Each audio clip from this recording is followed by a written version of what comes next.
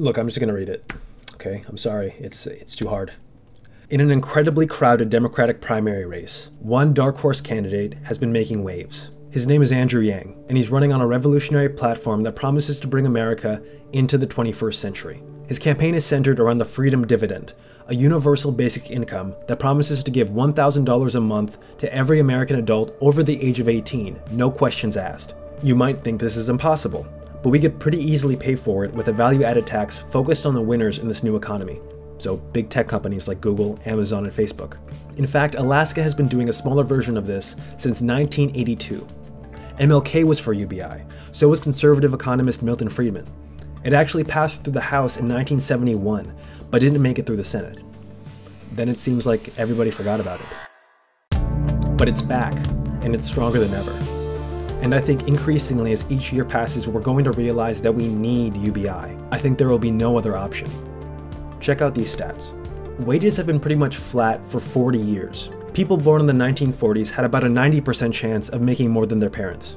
But those born in 1990 had a 50% chance. A toss-up. Random, basically. Look around you. Americans have been wanting major change for a while now. Obama won in 08 on the promise of hope and change. Then Trump in 16 was maybe the biggest fuck you to the establishment and the status quo in modern American history. But this isn't just an American story. There's been a massive uprising of authoritarianism and anti-establishment fervor across the world. Brexit, the Yellow Jackets, a rising Alternative for Deutschland,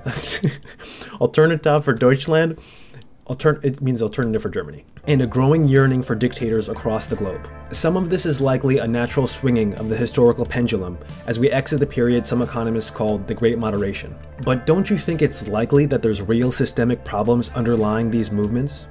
People don't vote for Obama twice and then vote for Trump because they magically turned racist. People are hurting, and the data bears this out. You might hear mainstream media say the US economy is doing great. But look at the numbers they cite. They'll say unemployment is at 4%, the stock market is at or near record highs. Hooray! But the top 20% of Americans own 92% of the stock market, and the labor force participation rate looks like this. One man owns 140 billion, while 59% of Americans can't pay an unexpected $500 bill. How can the economy be doing well when most Americans are living paycheck to paycheck? Life expectancy has actually dropped for the last 3 years because of suicides and overdoses. This is the first time life expectancy has dropped in 100 years. Add in near record levels of wealth inequality, and you think that that would be a good enough reason to make major changes to our economy. But there's another factor that makes this mandatory. Very soon, millions of jobs in this new economy will get automated away. McKinsey and Bain expect around 20 to 30% of jobs to be automatable by 2030. 20 to 30% in the next 10 years. Let's be clear that just because a job is automatable, that doesn't mean it will get automated. But I think it's safe to say that these companies think it's likely that a large proportion of that 20 to 30% will get automated in the next decade or so. And McKinsey and Bain aren't some crazy techies making silly predictions. They're two of the top consulting companies in the world.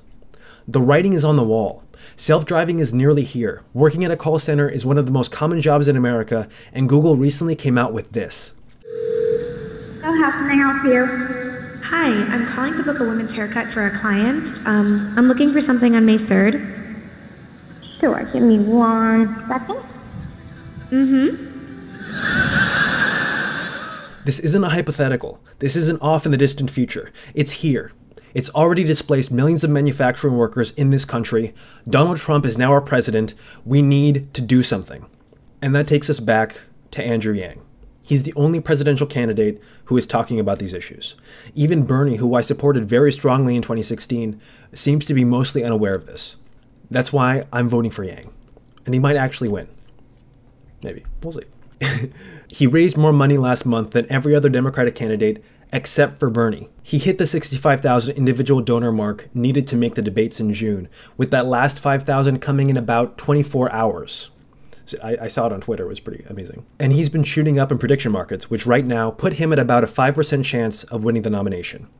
He's absolutely a long shot, dark horse candidate. But so is Trump. And for me, this issue is too important to support anyone else. And hey, if he makes a deep run, he might be able to sway whoever does get the nomination and get them to support UBI. We're gonna need it. Yang, baby. Thank you so much for watching. I don't know how this came out. Hopefully it's okay.